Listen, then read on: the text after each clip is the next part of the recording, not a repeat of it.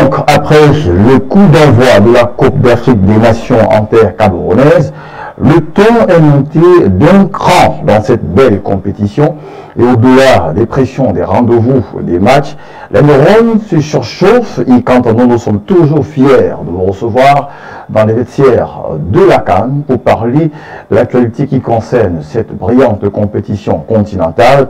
Et nous a rejoint donc sur le plateau à nouveau ce jour Wilfried Onla, aux côtés de Martin Ndongo et Vina. Permettez-moi de les recevoir, bien entendu. Bonsoir et bienvenue, Wilfried.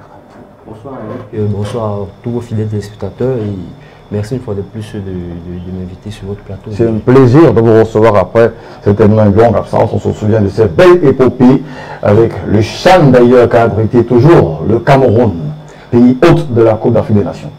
Ah oui, bien sûr, c'est... Depuis 2 ans déjà, le Cameroun et l'Afrique, le monde entier vit au rythme des compétitions qui s'enchaînent, de sportives, notamment footballistique aussi.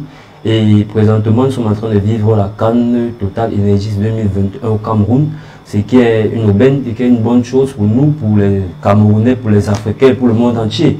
Et c'est toujours un plaisir d'être ici pour éclairer le lendemain sportif africain. Très bien dit. Alors, le week-end, de partie de vendredi à dimanche, et à cette heure, a été cadencé de beaucoup de rencontres, oppression intense. J'ai envie de poser la question comme ça, à Wilfried Onla, de but en blanc. Quelle aurait été la rencontre qui vous a le plus suscité beaucoup d'émotions et de frayeur? Tout comme beaucoup de Camerounais, beaucoup d'Africains, je dirais tout simplement que c'est le match, la sensation, en fait, la grosse sensation vient de la rencontre entre l'Algérie, l'Algérie qui ne parvient pas toujours à s'imposer dans cette compétition. On se retrouve encore, l'Algérie se retrouve en train de perdre contre la Guinée équatoriale, mais bon, en fait, c'est une grosse surprise. Quand on vous entend prononcer le mot Guinée équatoriale, on dirait que vous n'avez pas pesé l'équipe. Et ça, c'est la vraie surprise. Donc, vous savez, déjà, vendredi dernier, nous avons déjà avec Martin Ndongo disait il faut se méfier de ces équipes qui nous révèlent des surprises, qui ont pris la peine de ne pas faire une ouverture médiatique sur la préparation d'avant CAN, mais qui ont préféré rester dans le secret et qui, de jour en jour, nous réservent des surprises étonnantes.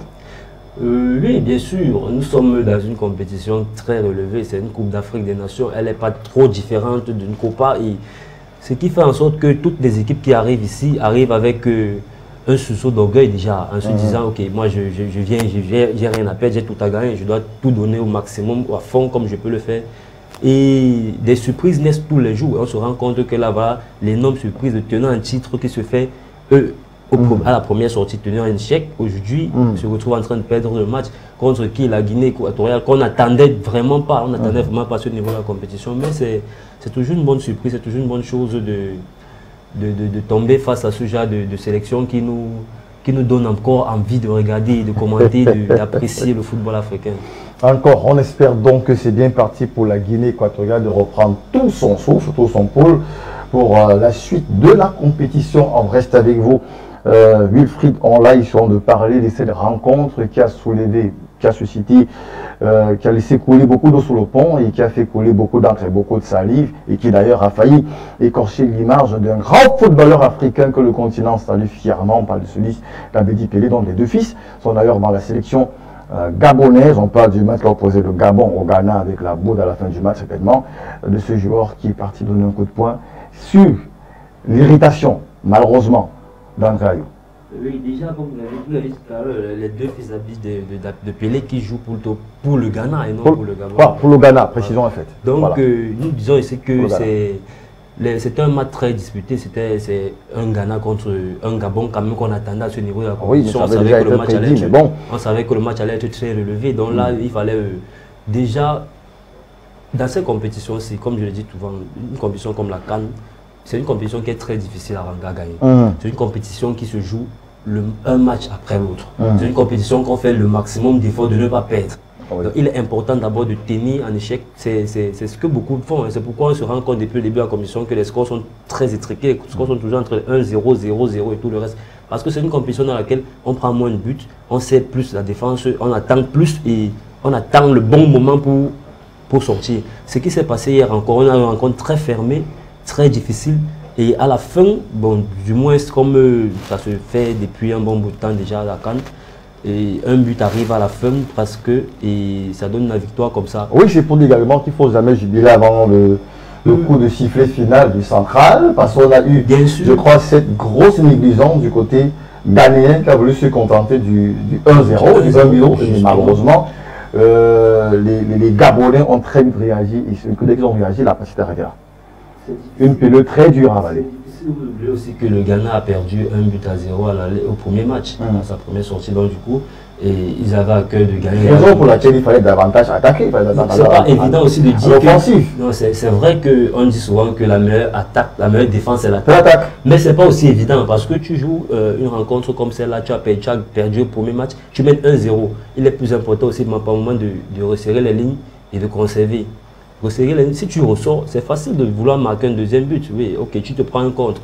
Bon, en tout cas, certainement avec Barton Dongwevina, Ondorassi, le Ghana a eu raison parce que conserver ce score pratiquement durant une 80aine de minutes, est-ce que le Ghana a pêché sur cette optique-là? De toutes les façons, les Panthères du Gabon ont été sans merci et ils ont frappé de plein fouet les griffes et les Ghanéens se sont inclinés. Bonsoir et bienvenue à nouveau, Barton. Bonsoir Eric, bonsoir à toute la diaspora africaine.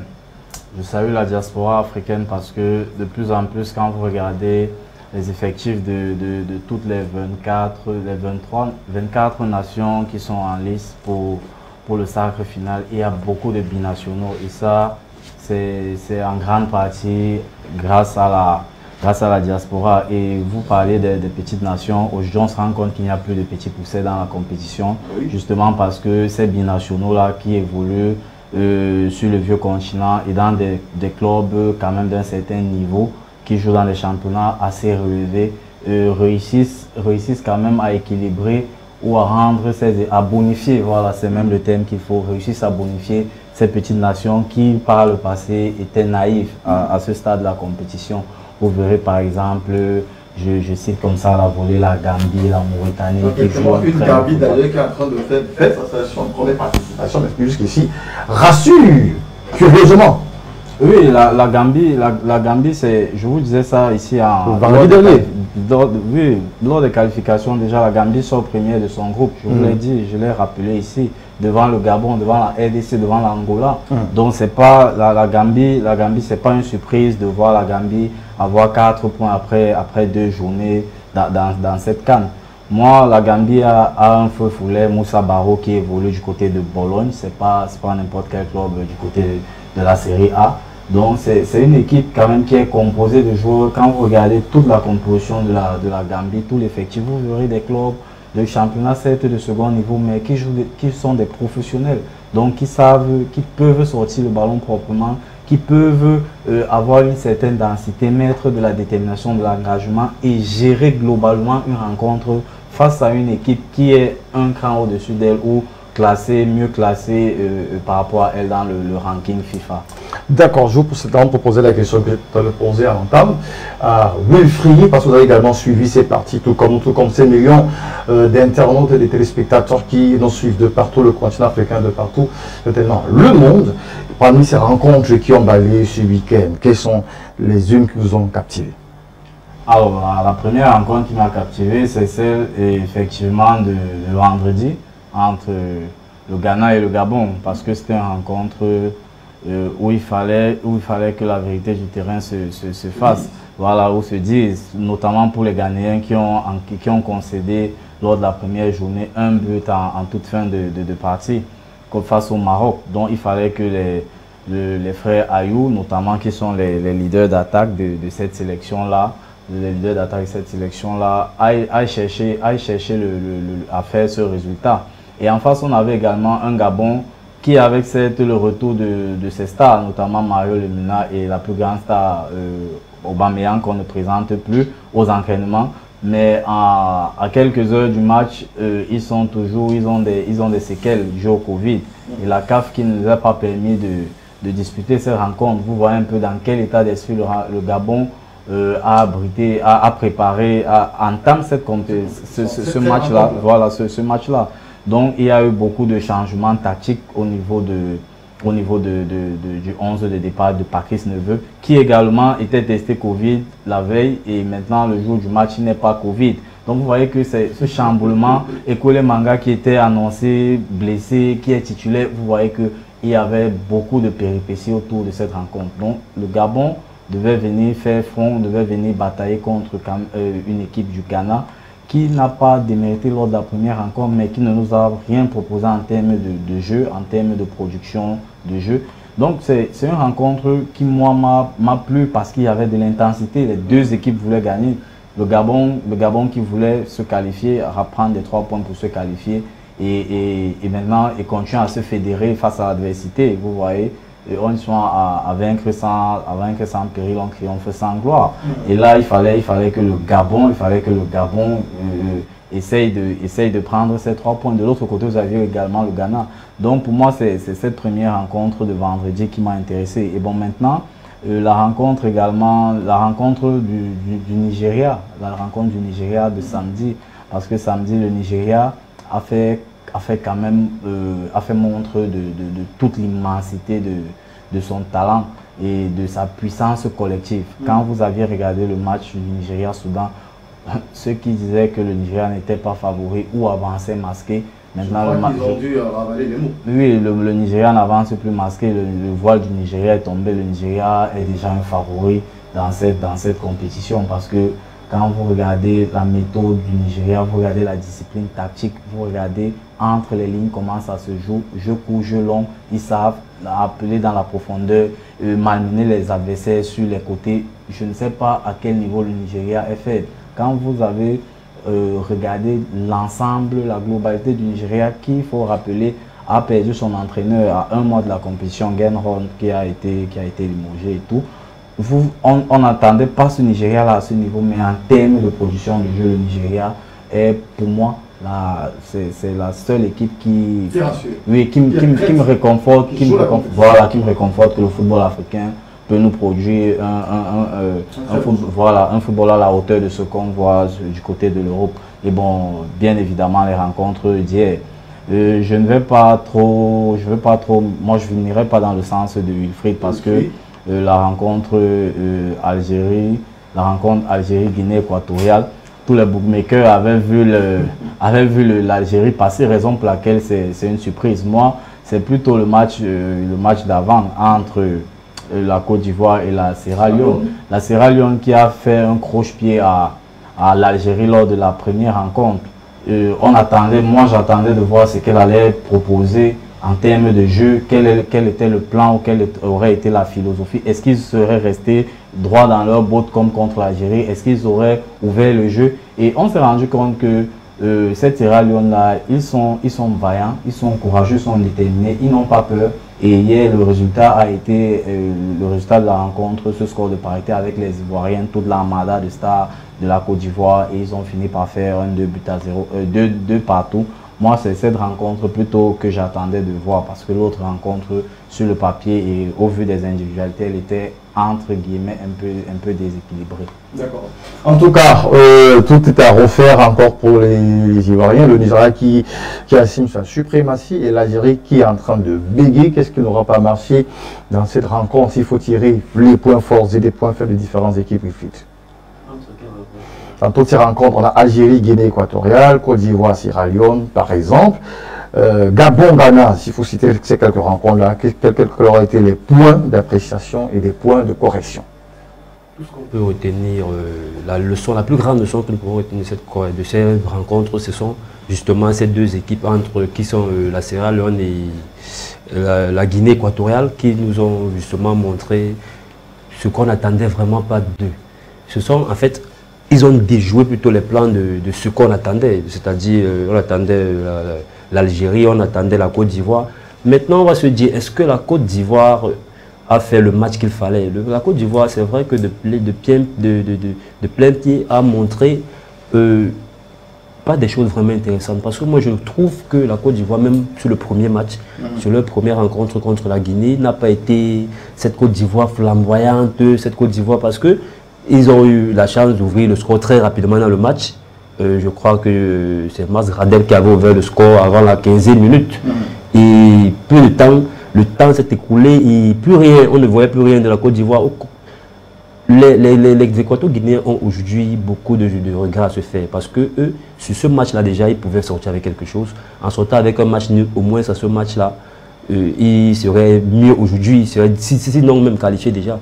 Parce que moi, je ne pense pas que la Côte d'Ivoire a été non. La preuve encore hier, c'est vrai, on se disait le fait de perdre Sylvain Bourou là avant la compétition n'allait pas leur handicaper quelque chose sur eux. Hier, on se rend compte que le gardien remplaçant fait une bourde qui permet je vais dire, à la Sierra Leone d'égaliser. C'est à 2 partout. Donc, moi, je me dis peut-être que les enseignements de cette compétition, c'est que déjà, ce qu'on attendait vraiment ne sont pas à la hauteur de ce qu'on voulait, de ce qu'on sait d'eux. La Côte d'Ivoire, par exemple, l'Algérie ensuite. Et ce que peut-être on a critiqué, qui sont en train de montrer quelque chose. L'Égypte, au moins, qui rassure. L'Égypte ne rassure pas du tout. Du tout. Du tout. Je dis, toutes ces nations, il y a peut-être la seule nation qui... J'imagine que Martin soit d'accord avec vous. Je pense qu'il sera d'accord avec moi. L'Égypte ne rassure pas du tout. L'Égypte n'est pas à son niveau. On ne voit pas l'Égypte. L'Égypte n'a même pas de... L'Égypte a combien de points? 2 points. L'Égypte n'a rien, justement. 3 points. Voilà, l'Égypte n'a rien du tout. L'Égypte ne monte pas en 2 rencontres, tu te fais 3 points, tu ne fous rien du tout. Il y a peut-être cette équipe du Maroc on s'est dit peut-être qu'ils sont fait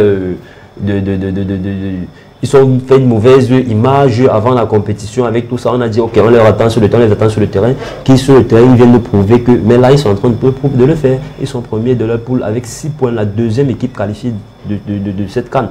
Aujourd'hui, moi, je pense plutôt que les équipes comme la Côte d'Ivoire, comme l'Algérie devraient vraiment se remettre en question. L'Algérie a encore une chance qu'ils ont un match. Bon, c'est vrai, ça c'est un match décisif, un match que s'ils remportent, ça peut leur permettre de passer encore le premier tour. Et surtout qu'il y a la possibilité d'être meilleur troisième aussi. Donc, ce qui fait que les jeux sont vraiment ouverts. Moi, j'attends plutôt un 8e de finale, des 8e de finale qui seront vraiment disputés parce que c'est là où la compétition va débuter, va vraiment débuter. On a une compétition, on prend le meilleur troisième, ça donne plus de chance à tout le monde. Ça veut dire là, on fait 3 matchs, on tourne 3 matchs. Avec 4 points, tu es forcément sûr de te qualifier pour les 8e de finale. Martin, c'était avant de consulter le regard de Thierry Blanchard, il revenait également sur cette boule, ce carton rouge qui a été donné à ce joueur du Ghana. Quelles sont les grandes leçons qu'on tire de ces quelques rencontres du week-end pour la lecture de la compétition? Les rencontres, les leçons que nous avons tirées, il n'y a plus de petites équipes en Afrique. Les lignes sont vraiment très resserrées. Entre les écarts se sont resserrés. Moi, c'est la plus grande leçon que je tire de toutes ces rencontres-là. Si vous avez regardé toutes ces rencontres, vous verrez que les favoris dominent certes, mais vous avez des équipes qui sont engagées, vous avez des équipes qui n'ont plus peur. Quand vous voyez la Mauritanie jouer face à la Tunisie, il y a 10 ans ou il y a 15 ans en arrière, ça aurait été trop évident de voir ces grandes nations de foot là, le Cameroun, le Nigeria, battre toutes ces équipes. Maintenant, le score, il faut aller le chercher sur le terrain. La Côte d'Ivoire en a payé les frais. L'Algérie en a payé les frais. Vous voyez tout le monde. Le Cameroun même qui a 6 points aujourd'hui, qui a la meilleure attaque, n'a pas été souverain. Le Cameroun a encaissé à chaque fois lors de ces rencontres. A couru derrière le score. Donc, je dis encore que les écarts sont tellement resserrés que le football africain devient davantage difficile. Ceux qui venaient souvent à la CAN en attendant, comme il disait, les 8e de finale et les quarts de finale, je vous dis désolé, vous allez avoir des surprises au premier tour, une grande nation de foot peut sortir. D'autant plus qu'aujourd'hui, le Sénégal n'est pas bien. Le Sénégal a combien? Le Sénégal a 4 points. Ils perdent leur prochain match, on n'est pas sûr qu'ils seront là. La finale entre l'Algérie et la Côte d'Ivoire, un de ces groupes peut sortir de la compétition.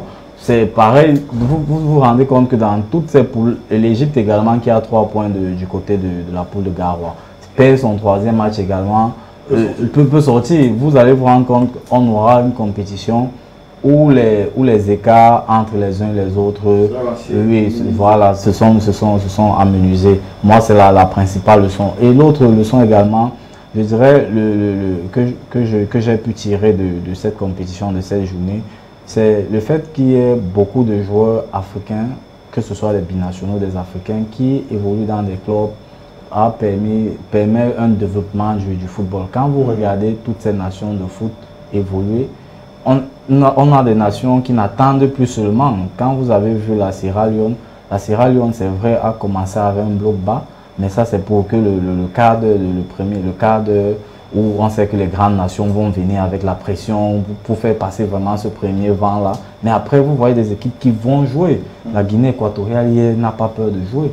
La Sierra Leone, sur ces actions de but, ce sont notamment le premier but de l'attaquant Moussa, c'est une action construite. On voit comment le ballon se joue en une touche de balle, en 2 touches, et finit par un très beau but où il met dans le vent toute la défense, toute l'axe central et ivoirien. Donc pour moi, ce sont des leçons vraiment. À la fin, je dirais que globalement, pour remporter la CAN, il faut beaucoup d'humilité en ce moment. Les équipes qui vont aborder, notamment celles à partir d'aujourd'hui, les derniers matchs, et qui veulent et qui prétendent au sacre final, doivent vraiment être humbles, rester humbles. Parce que si vous avez le malheur ou la malchance de prendre une équipe de haut, simplement en regardant son ranking mondial, vous serez surpris. Les surprises peuvent venir de n'importe quelle équipe en ce moment. Donc tout le monde doit être prêt à l'adversité. C'est un peu les leçons que moi je tire de ces 2 journées ici. D'accord, ce sont des grandes leçons qu'on retient comme ça de ces rencontres du week-end avant d'entrer dans la fiche de cette journée. Parlons un peu, Wilfried, de cette grosse boude occasionnée par André Ayew qui a permis à son coéquipier de découper un carton rouge. On a vu pratiquement 10 minutes qui ont été pris par le collectif arbitral de demander de rappeler le joueur de venir au stade pour prendre sa sanction, que non. Mais l'arbitre a pu quand même sortir ce fameux carton rouge et lui dire voilà, tu ne participeras pas. Et la CAF a sanctionné de 3 matchs. Une grosse indiscipline. Très grosse indiscipline, c'est anti-sportif ce qu'il a fait là. Il est inadmissible qu'une décision arbitrale décide en fait, les arbitres, un collectif arbitral décide de prendre une décision et toi, le joueur, tu y vas en contre. C'est pas possible. Quand ils oublient un truc, c'est que quand ils jouent une compétition comme celle-ci, c'est pas seulement pour eux. C'est pour tous ceux qui aiment le football, c'est pour tous ceux qui regardent le football, c'est pour tous les amateurs de football. C'est quelle leçon tu peux donner à des enfants, à des jeunes qui prétendent être footballeurs dans les centres de formation en te comportant comme ceci. C'est absurde. Pour moi, je pense même que 3 matchs de suspension, c'est très minime. Oui, c'est minime, c'est vrai. Pour moi, sa compétition devait s'arrêter là. Même s'il fallait que son équipe va jusqu'en finale, pour lui, sa compétition devrait s'arrêter là. Ce n'est pas des comportements qu'il faut accepter, ce n'est pas des comportements qu'il faut permettre, peu importe la raison pour laquelle la faute a été, même si on l'a mal interprété la faute, même si les juges ont pris une mauvaise décision, ce n'est pas à toi de réclamer, et surtout de cette façon au stade. Ce n'est pas possible, c'est inadmissible. Je ne peux pas aller pour ce genre de décision, c'est inadmissible. Il y en a qui estiment quand même que durant cette première moitié de la compétition, il y a matière à redire de fois sur l'arbitrage, parce qu'il y en a qui estiment qu'il y a matière à revoir là-dessus. Oui, bien sûr. Ils ne sont pas toujours agréés comme oui, ça c'est clair que depuis le début de cette compétition, nous voyons un arbitrage vraiment approximatif. Ce n'est pas trop ça. C'est difficile. On a vu avec le cas du Zambien lors du match Mali-Tunisie. Oui, mais il a été victime d'une insolation. Non, en fait, ça c'est ce qu'on se dit, ce qu'on a dit. Là, à l'instant, est-ce que les joueurs qui sont au stade diront que justement, les joueurs qui sont au stade vont prendre une décision, aller à l'encontre de tout ce qu'il dit, de tout ce qu'il fait. Tu as vu la réaction de tout le staff, de tout. C'est pas possible, c'est difficile d'accepter cela. C'est après qu'on va te dire, ok, s'il a été victime d'une insolation, vous allez commencer à dire que bon, ok. Là, sur le coup, et le football, c'est ça. Le football, c'est un sport c'est là en fait, on vit le football. On est dans une compétition, on est en train de jouer, on chauffe, on est au stade. Il t'arrive parfois d'avoir des réactions que tu regrettes après. Il est possible d'avoir des réactions que tu regrettes après. C'est le football. Tout le monde a envie de gagner, tout le monde donne au maximum, tout le monde fait. Maintenant, quand on est professionnel, quand je dis professionnel, il y a des comportements qu'il faudrait avoir. Il y a des comportements qu'il ne faudrait pas. Évoquer les comportements, les comportements des personnes durant ces compétitions. Il y a deux fois des échanges de paroles entre les joueurs et les arbitres quand ils contestent. Bon, ça c'est clair qu'un footballeur va toujours contester une décision arbitrale, même s'il a pris le bon, il a mis de lui-même dehors. L'arbitre aussi dit que c'est contre lui. Oui, justement, sauf que si l'arbitre donne déjà son mot, tu es obligé d'accepter son mot, peu importe qu'il ait raison ou tort. C'est clair, mais personne ne dira que les joueurs seront toujours d'accord avec les décisions de l'arbitre. Non, c'est pas possible. Il y aura toujours cet échange-là, ne va jamais manquer. Maintenant, est-ce que c'est cet échange qui est important? Non, c'est au-delà de cet échange. Il faudrait que ça se limite là. Si vous avez des jugements à faire, vous allez les faire après. Le match, c'est ça. Le match se joue, le match finit de se jouer. Parfois, il y a une décision qui a été prise par un arbitre. Après, il sera soit... lui-même il sera auditionné, il aura des comptes à rendre. S'il a pris une mauvaise décision, il va rendre pourquoi les comptes à son... C'est comme ça, c'est le football, c'est le sport. Ok, Martin, est-ce que CAF a été minime ou elle est correcte, ou elle est équivalente par rapport à ce joueur? Non, la sanction est juste. Juste correct. C'est dit que bon, pour lui, la commission devait s'arrêter là, pour ce genre-là. On n'aurait même pas permis qu'il continue. Non, il faut pas aussi être excessif. Il faut pas être excessif dans la sanction. Vous savez, on comprend également. Il faut contextualiser la sanction. C'est un joueur, certainement c'est parce qu'il n'est pas revenu prendre son carton. Aussi, il y a également de la rencontre. Voilà, il y a également l'image globale que vous renvoyez du football africain. C'est pas une bonne image. C'est contre le fair play. Vous savez, la FIFA avec ses différentes confédérations, avec a beaucoup de slogans, mais des slogans qui sont porteurs de beaucoup de valeurs. Oui. Je me rappelle la FIFA avec un slogan, c'est My game is fair play. Vous voyez au début des rencontres, vous voyez des jeunes venir avec un drapeau jaune. C'est justement pour ça qu'il prend cette sanction un peu plus lourde, parce que c'est des comportements anti-fair play. Pour moi, la sanction est juste. Il ne faut pas exagérer. Moi, je ne suis pas de ceux qui sont excessifs. Hein. Il a donné un coup de poing après la fin du match et tout. Il a occasionné une bagarre générale. Il prend 3 matchs de suspension. C'est bon. Okay. Pour moi, il n'y a rien à dire. Mais pour les arbitres, s'il faut dire un mot sur les arbitres, je dirais que la préparation d'un match aussi passe actuellement dans le milieu professionnel. Quand on prépare un match, on ne prépare pas seulement le match en regardant les vidéos de l'adversaire ou en étudiant les forces et faiblesses de l'adversaire. Dans les grandes nations de foot ou dans les grands clubs, on prépare également la rencontre avec l'arbitre. C'est-à-dire, vous verrez des arbitres qui laissent un peu plus de fautes, qui laissent des contacts, et vous verrez qu'il y a d'autres arbitres qui sont intransigeants là-dessus, qui ne veulent pas de contact. Ça fait partie de la préparation d'une rencontre, dont les joueurs et les différents staffs le savent. Je ne suis pas mieux placé pour conseiller ces gens-là. Ils le savent que quand vous savez que c'est l'arbitre X qui va officier votre rencontre, vous prenez les vidéos de ces matchs, vous voyez dans quel style lui va, parce qu'il y a des arbitres qui aiment plutôt le choc, qui sont prêts, qui ne vont pas siffler toutes les fautes. Et vous verrez des joueurs qui n'ont pas eu cette préparation, ils seront toujours en train de râler, toujours en train de revenir vers l'arbitre. Or, une équipe qui sait déjà que l'arbitre il ne siffle pas trop les actions, non, mais l'équipe vous allez prendre des tampons. Donc ça fait partie de la préparation d'un match, c'est-à-dire connaître un peu qui arbitre notre match et vers quel style lui il est. Voilà. Autre bout observé durant cette Coupe d'Afrique des Nations, il semblerait déjà que beaucoup de joueurs et beaucoup d'officiels, Martin Nogoué, on va se plaindre de la pelouse de la cuvette du Japon. Alors, la pelouse que les Camerounais ont longtemps vantée, notamment lors de la double confrontation, lors de la confrontation face à la Côte d'Ivoire lors des qualifications du mondial, la pelouse que les Camerounais ont vantée aujourd'hui sera sensiblement la pelouse, sera sensiblement le fait marquant de cette compétition.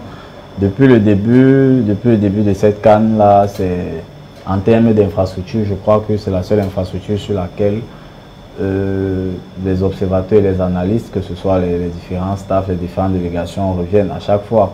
Et de plus en plus, au fur et à mesure que les matchs se déroulent, on se rend compte que la pelouse se dégrade davantage. Hier, on s'inquiétait déjà, ou moi, je parle de moi, hein, c'est vrai que moi n'est pas maître dans sa propre maison. Moi, j'avais déjà anticipé sur ce que Djamel Belmadi va prendre comme argument s'il venait à perdre. Il allait dire la Côte d'Ivoire, le match Sierra Leone Côte d'Ivoire a tellement endommagé la pelouse que nous n'avions pas pu poser le jeu. Chance, hier quand même, ils n'ont pas eu ces difficultés-là. Donc, vous voyez, c'est une pelouse que, à vue d'œil, même de loin, que ce soit ceux qui sont dans les gradins, ce n'est plus trop ça. Cette pelouse-là ne reflète plus l'immense infrastructure qu'il y a tout autour. Qu'est-ce qu'il y a lieu de faire? Je pense que la CAF et notamment le COCAN doivent rapidement se mettre ensemble, se concerter pour voir quelles sont les solutions urgentes, les solutions à court terme qu'on puisse apporter à cette pelouse-là. Sinon, elle va avoir un impact sur les résultats. À chaque fois, vous verrez une équipe qui perd avoir comme premier argument principal la pelouse, et ça c'est pas bien. Déjà qu'on a eu cet argument avec la Côte d'Ivoire parce que sur cette balle, le gardien a dû se faire mal déjà. Sur cette balle, c'est vrai, le gardien s'est fait mal. Moi, je pense aussi que c'est vraiment une pelouse qui déçoit vraiment au fil du temps. Et à cette allure, avant la fin de la compétition, je pense qu'elle est prévue de recevoir une demi-finale. Donc ça veut dire que c'est une solution, il faut trouver vraiment une solution très urgente. Le gardien de la Côte d'Ivoire hier, moi j'ai vu sa prise de balle. C'est vrai que peu importe si un gardien a pris le ballon de deux mains, même s'il se retourne comment, normalement le ballon ne devrait pas lâcher, il ne devait pas lâcher le ballon des mains. Ça c'est un argument, c'est vrai. On a vu quand même comment la pelouse s'est arrachée aussi en même temps. Et ça prouve à quel point parfois on a envie d'accepter ou du moins de donner peut-être un peu plus de place à ce que d'autres observateurs pensent du football africain à un moment donné. Quand tu te rends compte que à peine 6 mois de stade est prêt. C'est là toute la préoccupation. À peine 6 mois le stade est prêt. 6 mois et déjà la pelouse ne tient plus. Toute la pelouse est jaunie de tout. C'est pas possible. On a l'impression que les grains de but sont posés sur la terre ferme. C'est ça, c'est aussi ça en même temps. Quand moi j'ai vu cette action, je me suis d'abord demandé, mais qu'est-ce qui s'est passé? Comment se fait-il qu'il a arrêté le ballon, il s'est retourné encore? Il se retourne complètement et il se fait vraiment mal. Quand tu te rends compte, quand tu vois comme il tombe, tu vois qu'il a vraiment mal. Ce qui veut dire qu'il y a un vrai problème. La pelouse est complètement arrachée. On a vu comment la pelouse elle est sortie. Qu'est-ce qui se passe? Il y a du sable, on se retrouve en train de jouer sur du sable. Djamel Belmadi s'est plein de ça. Et on a vu, il y a une sortie de, je crois que c'est Habib Bey qui avait fait comprendre que quand on joue sur la qualité de la pelouse ne permet pas à ce qu'on dise que le football africain c'est un football qui doit être reconnu. À un moment donné, c'est vrai qu'on va à l'encontre de tout ça, mais quand on se rend compte des difficultés pareilles, on se pose vraiment des questions. Est-ce que c'est la mauvaise qualité de la pelouse? Est-ce que c'est le manque d'entretien? Mais on n'est qu'à 6 mois, on n'est même pas là le mauvais, le manque d'entretien. Là, je ne comprends pas. Si on se retrouve à 5-10 ans, qu'est-ce qu'on va dire? On espère quand même que ceux qui ont les oreilles pour entendre, comme le disait la dernière fois, Martin, lors de deux doléances qu'il lançait à l'endroit du COCAN et de la CAF, qui pourraient bien l'écouter. Et on espère également que ceux qui ont les oreilles pour entendre cette observation pourraient écouter pour améliorer la pelouse du stade de Japoma pour que les prestataires puissent bien achever leur compétition, parce qu'exactement, il y a un chroniqueur européen qui a qualifié d'ailleurs cette CAN de parodie de la CAN à cause de l'état de cette pelouse-là. Oui, ce que je disais tantôt, c'est que aujourd'hui, on ne peut pas se cacher de dire que ils ont quelque peu raison. Quand on se rend compte, on ne veut pas l'accepter, on ne veut pas refuser de l'accepter. On sait que le football africain, c'est un football en devenir. Même ceux qui sont aujourd'hui, on voit ce que Massané, Salah, je veux dire Mané font en Europe. Aujourd'hui, on se dit peut-être que non, attends, si les meilleurs, même Samuel Eto'o l'a dit, le talent vient d'ici. On a du talent. Mais à un moment donné, on ne peut pas s'exprimer. On ne peut pas s'exprimer, on ne peut pas garder nos talents. On n'a pas toujours confiance aux infrastructures. Justement, on ne peut pas. Si on n'a pas de infrastructures, comment est-ce qu'on va pouvoir... Mais là, le Cameroun était fier que oui, ok, le Cameroun a eu quelques belles infrastructures. Oui, ça c'est encourageant aussi. Mais si à peine 6 mois déjà, on se retrouve déjà avec ce genre de pelouse, on se demande ce que ça va être. On espère que les autres ne vont pas suivre la même donne et qu'elles sont bien construites, c'est bien confectionné et qu'elles pourront tenir le long terme. Pourquoi ne pas de toutes les façons. Martin de Guevina, le stade de Bafoussam est complètement apprécié et les gens d'ailleurs disent que c'est l'un des plus beaux stades du Cameroun à côté des écailles d'Olembe Olembe. C'est justement là où je voulais arriver, pour dire à Wilfried et à ce chroniqueur sportif qui a dit que le football africain est parodie en prenant exemple sur les pelouses, de dire que c'est quand même 1 sur 6 1 sur 5. Voilà, 1 sur 5. Il y a quand même 5 autres stades qui sont d'une grande qualité. Les 2 stades de Yaoundé ne souffrent de rien. Vous n'avez pas vu qu'il y a des remous là-dessus. Je crois que Mohamed Salah, si ce n'est le meilleur joueur africain de ces 5 dernières années, il joue quand même sur la pelouse de Roundé Adja. Et il ne s'est pas plaint. Je vois du côté de Limbe également, je crois que globalement, on ne va pas faire une fixation sur la pelouse. C'est vrai, elle n'est pas de bonne qualité, mais ne faisons pas une fixation là-dessus. Je crois que ce qui revient un peu, qui revient aussi et qui n'est pas du tout du goût des défenseurs du football africain, c'est l'humidité. On se rend compte il y en a la chaleur. Beaucoup se plaignent maintenant de la chaleur. C'est très chaud et c'est pour ça très chaud les matchs de contre-performance. Mais vous avez vu El Hadji Diouf qui a fait une sortie là-dessus. Il a, comment on va le dire, je ne veux pas être grossier, mais je ne vais même pas être grossier. Je crois qu'il est quand même revenu de très belle manière sur ce que Sadio Mané avait dit, en disant que quand tu es favori, quand tu sais que tu viens à la CAN, tu dois déjà je le paraphrase, hein, je ne vais pas dire exactement ces mots. Je le paraphrase, c'est que tu dois déjà te mettre dans la tête que tu vas en guerre, donc l'esprit de résilience. Tu affrontes toutes les situations. Voilà, toutes les situations. Le climat n'est pas une excuse. Voilà, le climat ne sera pas une excuse. Le stade ne sera pas une excuse. L'organisation ne sera pas une excuse. La disponibilité des bus. Tu dois, quand tu veux gagner une CAN, en plus en terre camerounaise, tu n'as pas d'argument. Si vous regardez toutes les nations qui se sont plaintes de quoi que ce soit, ce sont des nations qui n'arrivent pas à faire le jeu. L'Algérie s'est plaint, tel s'est plaint. Vous avez vu l'entraîneur ivoirien Patrice Baumel a évité ce pan en disant que cette pelouse, elle est mieux que certaines autres pelouses qu'il a eu à rencontrer lors des matchs de qualification, que ce soit la CAN, que ce soit la Coupe du Monde. Parce qu'il sait que si tu entres dans ce jeu de pelouse-là, quand tu vas être éliminé, on ne va pas, c'est dessus qu'on va s'appuyer. Oui. Donc il faut éviter déjà de donner le bâton pour se faire fouetter. Pour moi, on ne doit pas faire une fixation sur la pelouse de Japoma pour parodier ou pour jeter le discrédit. Voilà, le discrédit sur le football africain. Non, ça c'est un peu trop facile.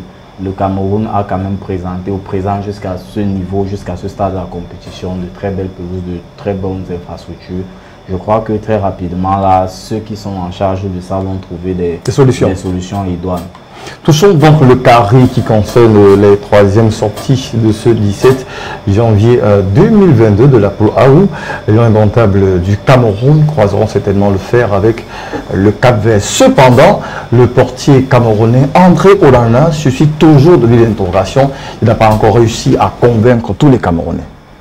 Le portier Onana aujourd'hui, est-ce qu'il a... C'est vrai qu'il est encore très jeune, il a encore beaucoup d'avenir devant lui, mais est-ce que Onana est encore au point où on devrait avoir des doutes sur lui. Oui, mais les internautes diront qui sur la toile, et quand vous rencontrez même des gens d'Angry, ils vous disent Onana n'est pas du tout concentré. On a l'impression qu'il confond un peu du milieu. C'est vrai, c'est un super gardien qui joue dans les championnats européens, la Champions League, mais ici nous sommes en train de discuter la CAN. Nous jouons la CAN et il faut qu'il apprenne à rester concentré. Pourquoi il choisit de jouer des pieds alors qu'il y a des balles qui peuvent suffisamment prendre de la main et ce qui pourrait l'induire en erreur? Il est vrai que Onana fait montre de beaucoup de confiance. Je dirais peut-être même un excès de confiance à un moment donné. Il prend des risques. Des risques qui peuvent faire coûter très cher à l'équipe. Ça c'est vrai. Déjà Onana, il sait déjà pertinemment qu'il est un très bon joueur au pied. Il sait qu'il joue très bien du pied, donc du coup il est à l'aise en prenant ce genre de risque, en essayant de ressortir le ballon qu'il peut ressortir au pied. Mais c'est vrai que il ne devrait pas jouer avec autant de confiance parce que en ayant trop confiance en lui à ce point, il peut commettre une erreur, comme il a eu à commettre, sauf que... Contre le Burkina Faso, justement, il a eu à commettre, sauf qu'il a peu la malchance de prendre un but derrière. Et c'est sa chance en fait. Donc contre le Burkina Faso, il a fait une erreur, il a fait une sortie, tout le monde il a anticipé, il a jugé la trajectoire du ballon, malheureusement il a mal jugé, il a mal anticipé, il est sorti à contre. Bon, on peut aussi revenir un peu sur la polémique, la charge sur le gardien. Donc à un moment donné aussi, moi je ne vais pas remettre ça en question, la sortie. Je remets plutôt en question, moi j'ai vu le dernier match contre l'Éthiopie où on en apprenait des risques à vouloir sortir le ballon au pied, même dans les situations les plus compliquées. Il y a des ballons, il essaie de faire des petites manières avec le ballon là, c'est compliqué. On peut jouer comme un libéros, oui, tout le monde, c'est un luxe qui peut se donner, c'est un luxe qui peut se donner. Parce qu'il sait qualifié, alors il peut se payer ce luxe. Non, c'est pas parce qu'il sait que son pays est qualifié, il se permet ce luxe parce qu'il sait qu'il est un bon joueur au pied. D'abord, tous les gardiens ne peuvent pas faire ça. Tous les gardiens ne peuvent pas sortir le ballon comme ça au pied. Lui, il a la possibilité, il a l'aptitude de la connaissance. Maintenant, il ne faut pas aussi trop naviguer dans l'excès de confiance parce que ça peut, à un moment donné, te faire commettre une erreur qui te traîne toute joie vers l'élimination. Tu prends un but à une mauvaise période. Tu déstabilises le groupe. Complètement. D'accord. Donc, je dirais plutôt que a dit qu'on en a sa position là de libéraux, comme tu dis. Oui, il y a très peu de gardiens qui sont capables de le faire, mais bon, ok, méfiance et qu'il baisse un peu sa confiance là, ça va faire du bien à lui et au groupe. D'accord. Alors Martin, est-ce qu'on en a jusqu'ici rassure, parce qu'il y en a qui estiment qu'il n'est pas assez concentré, comme on l'a dit tout à l'heure, et qu'avoir trop confiance en lui pourrait l'amener à commettre le péché impardonnable. Est-ce qu'il faut qu'il se comporte comme un gardien de but et non comme la grande star d'Ajax? Il faut d'abord rappeler à notre législateur qu'à chaque fois que le Cameroun a gagné une compétition, le Cameroun a toujours eu un grand gardien. Je me rappelle des années 2000, et avec un certain Aliou Mbouka. Et même quand le Cameroun a remporté les Jeux Olympiques, c'était avec le jeune Kameni qui a fait une très grande compétition. En 2017, un peu plus proche de nous, ici, il y a eu Fabrice Ondoa qui était irréprochable. Maintenant, revenir sur le cas d'Onana, si on regarde ses performances sur la ligne sortie à Irène au pied, il n'y a presque rien à dire. Mais c'est un peu dans ce que les anglophones appellent le body language. Quand vous le voyez, il est tellement décontracté. Vous avez l'impression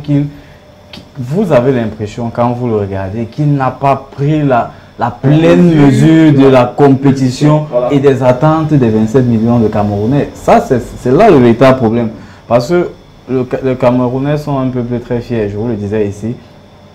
Ils t'aiment bien, mais le jour où ça ne va pas passer, je me rappelle de ce fameux épisode avec Wemelen qui a raté le pénalty qui ne qualifie pas le Cameroun. Vous avez vu la colère, le courroux des Camerounais, jusqu'à quel niveau il est arrivé, jusqu'à quel niveau c'est arrivé dans sa famille. Donc, en fait, ce sont des signaux d'alerte pour lui dire faites très attention parce que nous ne sommes pas les seuls à le dire. Comme vous dites sur la toile, ça parle, ça échange. Il fait des performances remarquables, notamment lors du premier match. Et je crois qu'il fait un arrêt salvateur face au défenseur burkinabé Guira, qui aurait pu mettre le score à 2 buts partout. Maintenant, dans le jeu, quand vous regardez toute la base défensive camerounaise, que ce soit lors de la première journée ou la deuxième journée où la défense a été modifiée quelque peu avec l'entrée de Castelletto, si vous prenez ces 4 arrières, cette base défensive, vous verrez que Onana est le meilleur lanceur des 4. Ça, il faut aussi être honnête de le reconnaître. C'est-à-dire, s'il faut jouer long, sortir un ballon et on est sûr que ça va arriver, vous verrez très difficilement Michael Gadju prendre ce risque. Ou Faye Collins, ou bien, bon, peut-être un peu plus Castelletto, je crois que c'est pourquoi il est même entré. Mais ils vont toujours rentrer à la base sur Onana parce qu'ils sont sûrs que Onana a un très bon jeu au pied. Moi, je vous dis toujours, je suis quelqu'un de centriste. J'aime pas trop les extrêmes. C'est vrai qu'il fait, jusqu'à présent, on n'a pas beaucoup à le reprocher, mais vraiment dans l'expression corporelle, qu'il montre aux Camerounais qu'il est dans la compétition. Dans cette rencontre qui oppose le Cameroun ou le Cap-Vert, qu'est-ce qui pourrait parler en faveur du Cap-Vert? Qu'est-ce qui pourrait parler en faveur du Cap-Vert? Le Cap-Vert est l'une des équipes qui a battu le Cameroun en 2021, 3 buts à 1 à Praia. Et le Cap-Vert, dans cette rencontre, le Cap-Vert, cette performance négative des Camerounais a permis au coach Antonio Conceição de couper peut-être 3 ou 4 têtes qui auraient pu être dans cette 27. Je me rappelle par exemple que Fabrice Ondoa n'a pas fait un très bon match là-bas face au Cap-Vert. Le défenseur central Maki Bagnac aussi n'a pas fait un bon match. Je me rappelle également du latéral Fabrice Nga. Vous voyez que c'est des gars qui auraient pu postuler à une place dans le groupe des 28 de cette canne-là qui sont en ce moment à Yaoundé, mais qui, avec cette contre-performance, à Praia, n'ont plus jamais été rappelés en sélection. Voilà. Donc, il y a déjà ça que le Cameroun doit redorer son image et son blason face à ces requins bleus. Parce qu'en 2012 également, c'est ces requins bleus qui empêchent au Cameroun de se qualifier lors de la CAN. Et on avait toute la grosse armada, c'était encore à l'époque des Samuel Eto'o et tout. Mais qu'est-ce qui va jouer en faveur ou en défaveur du Cameroun? Le Cameroun a d'abord un avantage naturel que le Cameroun joue devant son public. Le Cameroun est premier de la compétition avec une attaque qui est en feu. Un rouleau compresseur qui est déjà en train d'être mis en marche. Tous les voyants sont ouverts. Il n'y a pas de cas Covid, il n'y a pas de blessés. Le coach Antonio Conceição a la plénitude de son groupe. Donc, c'est un peu ces arguments qui jouent en faveur du Cameroun. Mais je vous le dis encore, sur le plan du jeu, le Cap-Vert est une nation très redoutable. Parce qu'eux, ils jouent au football. Et c'est un football qui va vite. Et ils ont des individualités qui peuvent poser des problèmes à notre charnière centrale ou à notre défense qui, notamment lors du match face à l'Éthiopie, n'a pas été très sereine. On n'a pas très bien couvert la profondeur. Vous avez vu les Éthiopiens qui, à chaque fois qu'ils verticalisaient le ballon ou ils allaient un peu plus vite, vous avez vu qu'ils ont toujours mis le Cameroun en danger. Je crois que des correctifs ou des réglages ont été faits pour que la défense ne soit pas autant exposée face au Cap-Vert que lors des 2 derniers matchs. D'accord, c'est maintenant avant de refermer votre édition de vestiaire de la CAN. Qu'est-ce qu'on retient grosso modo pour que le Cameroun et le Cap-Vert puissent livrer au peuple africain une très belle compétition, une très belle rencontre cet après-midi? On peut déjà dire que le Cap-Vert encore salue les performances de cette noble équipe, de ce petit poussé qui, en fait, c'est plus un petit poussé aujourd'hui. C'est un grand poussé aujourd'hui. Du coup, ce que je dis. Plusieurs reprises d'ailleurs. Oui, mais il n'y a pas, c'est depuis 2012 que le Cap-Vert s'est révélé. Le Cap-Vert arrive à ce niveau de la compétition.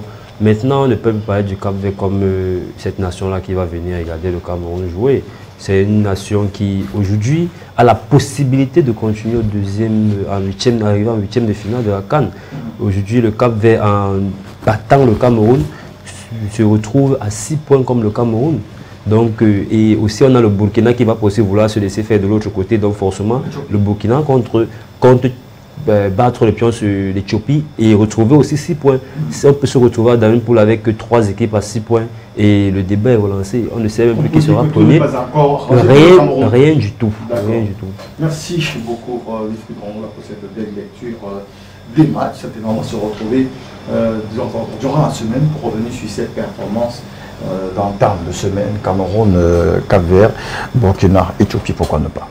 Oui, bien sûr, merci pour l'invitation. Je dis encore, Eric, je serai là tant que tu auras besoin de moi, tant que tu auras besoin que je sois là. Déjà, avant de conclure cette rencontre contre le Cap-Vert, je pense que j'ai un peu peur de quelque chose, du fait que le coach Antonio Conceição cherche à tourner son effectif parce que on va entrer dans une contre... Exactement, quelqu'un, on a des internautes qui ont parlé de ça qui pourrait procéder à un turnover aujourd'hui. Justement, on se dit que, on sait que le Cameroun est déjà qualifié d'office. Maintenant, est-ce qu'il n'est pas, moi je pense, à mon avis, je pense que, est-ce qu'il n'est pas mieux de faire tourner l'effectif, aller plutôt avec des joueurs aussi qui ont envie de jouer, hein, parce que tous ceux qui sont là, c'est vrai qu'il y a des super professionnels et des moins, mais tout le monde a envie de participer à la fête. Ça veut dire que si on fait tourner un peu, on fait un peu jouer aussi d'autres, ils aussi peuvent. Pourquoi pas, en se disant que si Aboubakar par exemple ne joue pas, si tel ne joue pas, on ne pourra pas gagner. Il faut avoir un groupe soudé, c'est-à-dire quoi, des matchs comme ça qu'on est à qualifier, on risque peut-être... Si on a par exemple au banc et au Mossola prend le goal. C'est possible, ça peut arriver, c'est du football. C'est vrai qu'on veut faire des choses très bien, on veut finir premier de la compétition, mais il est aussi important de faire ce turnover. On peut avoir un blessé aujourd'hui, là par exemple, qui nous est préjudiciable pour les 8e de finale. Merci beaucoup, Wilfried, Martin. Alors, est-ce que ça sera la bonne astuce aujourd'hui que Antonio Conceição récupère ses réservistes et essaie de faire reposer son 11 entrants pour la suite de la compétition? C'est ce que tous les observateurs, les Camerounais souhaiteraient. Maintenant, Antonio Conceição, lui, veut finir premier de la poule et il sait que parce que quand on écoute l'analyse le Cameroun n'est pas encore le tout repos. Oui, il faut... On pourrait avoir l'équation équilibrée, les 6 points, le Cameroun pourrait avoir 6 points, le Burkina 6 points, et également, pourquoi ne pas le Cap-Vert 6 points. Donc il faudrait bien qu'on se mette à l'abri. Oui, les Camerounais se mettent à l'abri. Tout à fait. Le Cameroun a juste besoin d'un point pour être premier de la compétition. Ça veut dire que le service minimum. Est-ce qu'il va changer toute l'équipe? Je répondrais de manière péremptoire non. Il va laisser quand même une colonne vertébrale. Il va peut-être mettre de côté ceux qui ont des cartons, ceux qui sont à la limite de la suspension, il va les mettre de côté. Il y a également ceux qui ont beaucoup joué, on pourra également les mettre de côté, mais pour moi, je dirais qu'il y a une colonne vertébrale. Il y a certains joueurs cadres, certains joueurs clés dans chaque ligne qu'il ne faut pas toucher. Pour moi, je suis totalement contre le fait de penser que André Onana doit être remplaçant aujourd'hui. Je n'adhère pas à ce point de vue-là parce qu'un gardien, c'est un statut, c'est un poste très ingrat. Vous avez vu hier avec Batra Ali Sangaré qui venait dans la compétition en étant numéro 2, maintenant il se retrouve numéro 1. Donc pour moi, je ne veux pas qu'on touche à ce genre de poste-là parce qu'il faut reposer tout le monde. Donc, pour moi, André Onana doit jouer. Sur la ligne défensive, je pense qu'on peut faire certaines retouches. On peut, par exemple, à gauche, mettre le jeune Ebossé, Danger, qu'on n'a pas encore vu, mais qui est dans la tanière. Pareil, à droite, on peut faire jouer Olivier Baizo, que ça ne dérangerait personne. Au milieu du terrain, le Cameroun est tellement fourni en talent. Il y a les Ivan ou les Léa Sili qui peuvent, ce sont des professionnels qui évoluent en Ligue 1, notamment du côté championnat français, qui peuvent faire l'affaire. Bon, aussi en attaque, je pense qu'Aboubakar Vincent, qui est sur une très bonne lancée pour terminer meilleur buteur de cette compétition, qui est le capitaine de la sélection, je pense qu'on ne doit pas également le reposer. Il doit continuer à enfiler les buts. Donc, pour moi, tout ça, c'est pour que lorsqu'on fera les décomptes, qu'il n'y ait pas de regret. Il faut donner du temps de jeu, certes, à ceux qui n'ont pas, aux 4 qui n'ont pas encore joué. Je vois bien, par exemple, un Harold Moukoudji évoluer aujourd'hui à l'axe de la défense camerounaise. Donc, pour moi, globalement, il ne faut pas changer pour faire plaisir. Il faut changer où c'est nécessaire et où il faut des réajustements. Votre pronostic Burkina Faso-Éthiopie? Non, pour le match Burkina Faso-Éthiopie, je serais froid dans mes analyses aujourd'hui. Le Burkina va l'emporter parce que le Burkina a quand même un retour de Bertrand Traoré. Et pour moi, je vais même aller plus loin, je vais donner le score, 2-0. Parce que quand je regarde les forces en présence, le Burkina Faso avec son couloir droit, notamment avec Kabouré qui fait des déboulés sur ce côté-là, je sais que le gardien, par exemple, Kofi ne sera pas là, mais il sera remplacé par un gardien qui est au champ, notamment Ouedraogo, qui sera là. Pour moi, il n'y a rien à dire. L'élément moteur du Burkina Faso, Bertrand Traoré là sur la ligne offensive, avec en défense Tapsoba. Donc pour moi, il n'y a rien à dire.